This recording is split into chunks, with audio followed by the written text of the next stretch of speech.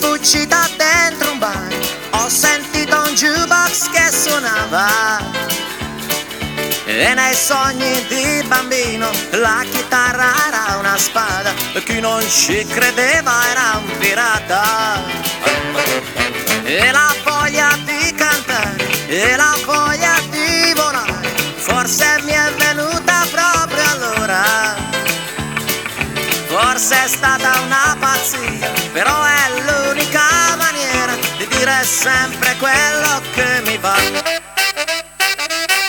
Non potrò mai diventare direttore generale delle poste o delle ferrovie.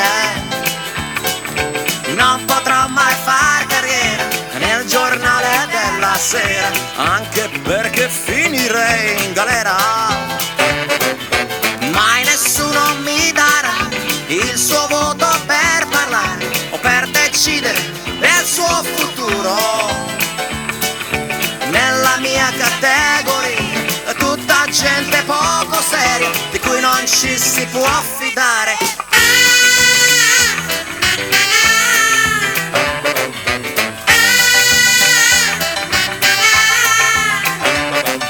Guarda invece che scienziati, che dottori, che avvocati, che folla di ministri e deputati.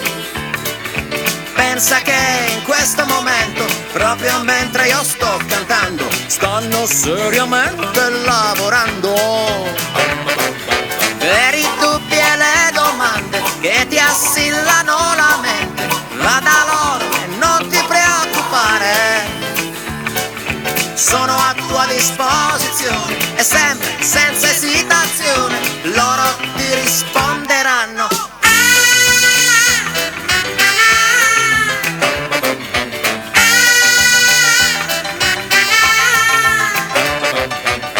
Io di risposte non ne ho, io faccio solo rock and roll. Se vi conviene, bene, Io più di tanto non posso fare. gli impresari di partito mi hanno fatto un altro invito e hanno detto che finisce male se non vado pure io al raduno generale Della grande festa nazionale. Hanno detto che non posso rifiutarmi proprio adesso, che anche a loro devo il mio successo, che son pazzo ed incosciente, sono un irriconoscente, un sovversivo, un mezzo criminale.